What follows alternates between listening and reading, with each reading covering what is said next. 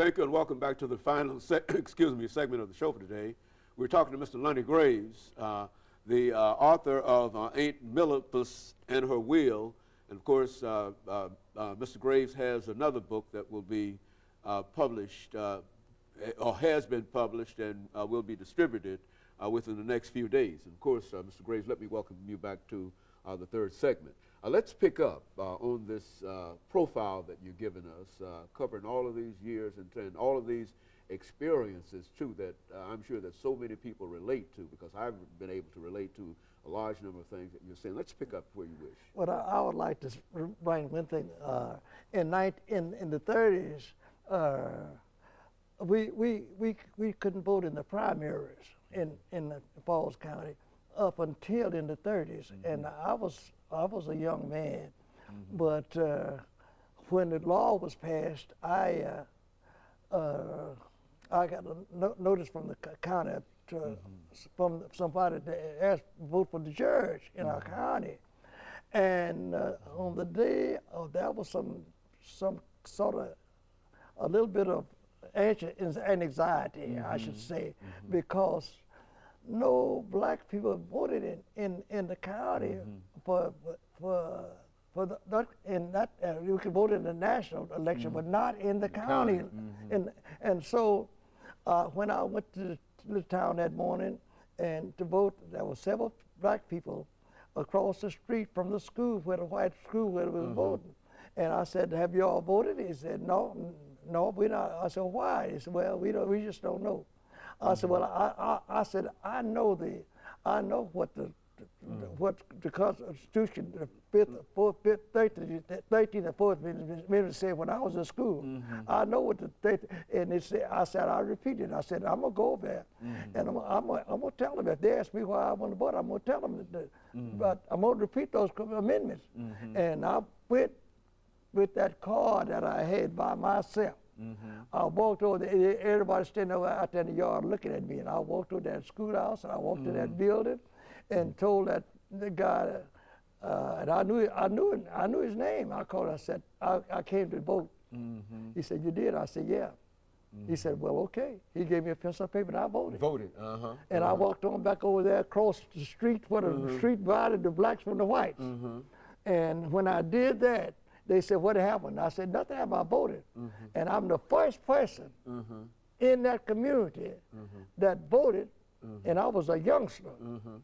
And do you know, in the 60s, when the school integrated, and the school in Satin was integrated with the school in Chilton, and I was drafted by the school board, not elected. I was drafted by the school board to be one of the first black trustee in that area. I was the first one, and I was recommended by a white preacher, and I voted, and that was and when I got on that, the first banquet we had, I was surprised. I was all dressed up and everything, and going to the banquet, and they had a table set up with a petition for all the black people to be at one table. And I'm a school trustee. I said, "Now why is this?" And at night when I got home, I called the superintendent and asked him. He said, "Well, the PTA did that." I said, "Well, I don't think it's, if it's going to be integrated, why would I have to be a school for?" And he said, "Well, I'll take care." And that never happened again. Okay, very good. But that was another experience that I had. But I assure you that there was some good white people and good black people were good friends where I lived.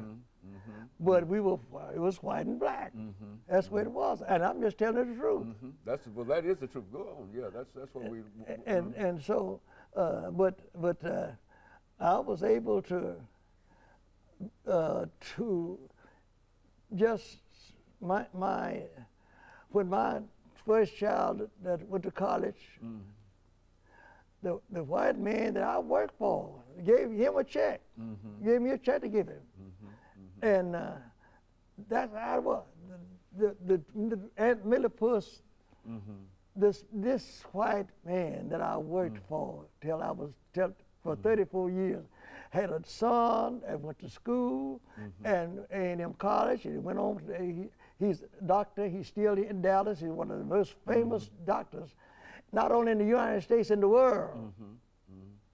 And he was the one that came to my house after I'd written this and made a person, and he said, "Lonnie, what are you doing?" I told him I'd written a book. What you wrote a book? Where is it? And I gave him a copy of the writing. Okay. And he said, let me carry it home and read it. And he called this printing company. Okay. And told him that, man, I want you to look at this book. And the printing company, they talked and everything. They called me and they printed this book. And I had met the man because I wrote a history of my church. And at his school reunion, I gave one of the history books to the school, and this man saw the book, and he came up there and visited me on Sunday morning and said, I want to talk to you. And so later on, when Bob Walker found out about the book, called Mr. Akins, his name is in there, and they said, yeah, we would like to publish, but we publish children's books, but we would like to publish something about black men, and we will publish this book. Okay, very good. And he did. And that's the beginning. And of course, you've had good reception of that.